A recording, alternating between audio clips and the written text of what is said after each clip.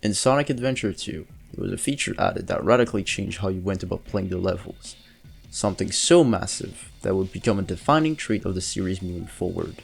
Something that has been present in every mainline Sonic game since. Ultimate victory. The ranking system. Every point you got from defeating enemies, collected rings, or capsules, alongside points for time left, would be tallied up for a final score, and if that score went past a certain threshold, you would be awarded a certain rank. In Sonic Adventure 2 it went from E to A, although in later entries of the series, the max rank was changed to S. But have you ever thought about going beyond what was expected? To reach a score even higher than maximum rank? Enter Sonic Project 06, a fan remake of Sonic the Hedgehog 2006 in the 2019 Unity engine. As you may already know, it adds and changes a lot of things to make the experience as true as possible to what the devs originally wanted to create. One thing that it did not change, however, is the ranking system. With the added polish and mechanics, Sonic 06 is actually my favorite game to score attack, and today I want to break it down to you how I play whenever I'm trying to get the best score. First though, what even determines the rank you get at the end of a level? Well, the final score you get at the end of a level is based on three criterias: your base score, your rings, and your time. Your base score is the score you had prior to touching the gold ring. Anything that gives you point is counted here. The enemies you defeated, the amount varies between 100 and 500 points depending on the enemies, and some specific level gimmicks such as boxes, rainbow rings, or certain ramps you can find in the snowboarding sections. The rings are another source of points. You get 10 points added to your base score for every ring you collect. And additionally, you get 100 points for every ring you're able to carry to the end of the level. This is what the ring bonus stands for on the results screen. Note that picking back up your rings after dropping them will not give you any additional points. Finally, we have the time bonus, which will award you points depending on the time it takes for you to finish the level. The multiplier that determines the amount of points is fully dependent on the level you're playing. Reaching the goal at the same time at Chocolate Jungle and Ride Acropolis won't award you with the same time bonus, and reaching the same time in Sonic and Silver's Crisis SD also won't give you the same points bonus. Finally, dying or resetting the level anyways will bring your points back to zero, so you want to finish everything in one go. But that's just the criteria that the game judges you on. Another important thing to know is how Sonic moves throughout the level, as well as how you can acquire more points efficiently using his moveset. Sonic's moveset in P06 is most similar to Sonic Adventure 2 and the original Sonic 06. Sonic can jump, slide kick, slide, spin dash, homing attack, and bounce attack. Additionally, Sonic has his gems, 8 multicolored rocks found throughout the level that grant you additional abilities. Those gems have a system where they can be leveled up by defeating a certain amount of enemies. Leveling up those gems will make their effect more powerful in many different ways. Your use of the gems are limited by the bar at the bottom screen. Whenever you use a gem, it decreases the meter, and it will increase back when you're on the ground or when you defeat enemies. So, how do we get the best score? Well, let's just go over some things I do to maximize my points. Rings are really important because they give you a massive bonus, but if you get hit at any time, you will lose all of them. This is why you should use Sonic's yellow gem as much as possible. It will grant you an electric shield that will protect you as long as your meter is not empty. It will also attract nearby rings, which is quite useful to increase your bonus even further. Beware, as activating it slowly drains the meter and getting hit will cut a chunk of it. I'd recommend deactivating the Thunder Shield in sections where you don't need it, such as automated set pieces. By leveling up the yellow gem, it will consume less meter overall and attract rings from further away. It is by far the most important gem to have in order to maximize your score. Understanding the time bonus and level you want to score attack is also very important. As I said earlier, the amount of points you get from the same time will be different from level to level, so knowing how large the bonus is will make a great difference. You need to know if taking time to defeat enemies actually benefits you, or if it hurts you in the long run. I don't have specific advice when it comes to time, because the formula used in every level is still a mystery to myself, but I'd recommend to practice different routes and seeing which one grant you the most amount of points. The biggest and most important things to master in order to get the best rank, however, is the game's combo system. It allows you to gain additional points for chaining enemies. Now here's the problem. I have no clue how this works specifically, and neither does the game, but I do have a vague idea of how you can maximize your points. From what I understand, your combo gets higher depending on the amount of enemies you hit in a row, and is deduced for every action you perform, such as homing attacks or bound attacks. Dash panels, springs, rails, ramps, but also spin dash and bound attack allows you to extend the duration of your combo, and once you're unable to continue the chain, either because you dropped on the ground or you did not hit any enemy for an extended period of time, your combo ends. And on the right, a display with the amount of points you got alongside the positive comments will show up briefly. What you want to do then is use your homing attack or bound attack on the enemies to rack up the highest combo, while bridging the gap between any group of enemies to extend that combo further. Same for any potential light dash or dash panel. Certain enemies have a leader mechanics, where a group of enemies will get dispatched instantaneously if you hit the leader, who usually has a slightly different design. You always want to get rid of the leader to limit the amount of moves you perform. You should always finish a combo no matter what. If you hit a rainbow ring, your combo will be deleted and all your work will be for nothing. However, a lot of rainbow rings are found in positions where you need to hit one or multiple enemies with a homing attack. I would recommend using the purple gem in that case. It grants you additional jumps depending on the level it has. It will often allows you to reach said rainbow rings without having to sacrifice your combo. One final thing, experiment. Have much more room for improvement than it seems at first. Sonic is very agile and the level design is very forgiving. I would recommend White Acropolis' second section as a practice ground. The area is wide and forces you to make use of your abilities to hit all enemies in consecutive combos. The rest of the video will be a run of Kingdom Valley, with me attempting to beat my score. Try to pay attention to the run, you might notice some of the advice I gave throughout the video. With that out of the way, thank you for listening, and enjoy the run.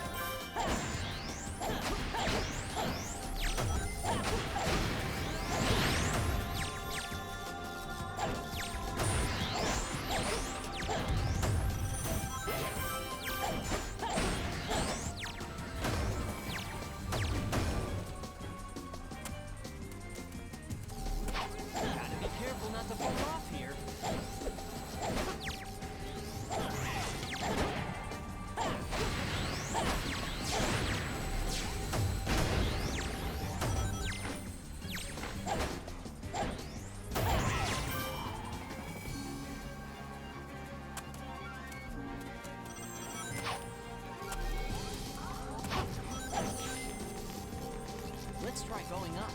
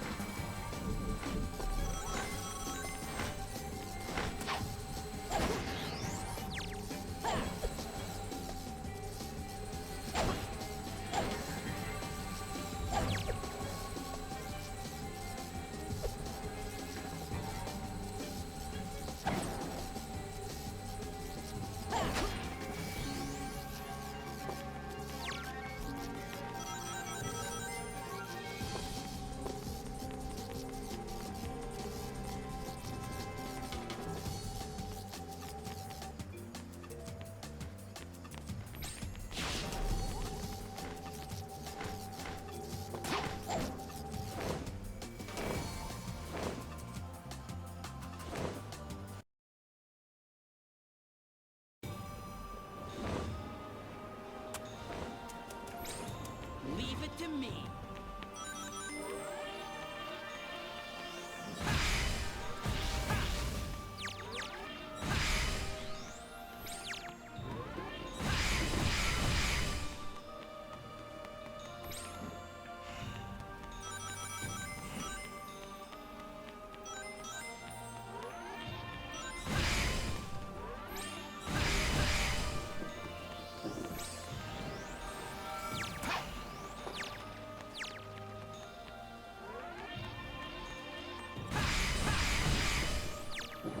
I can knock that structure down.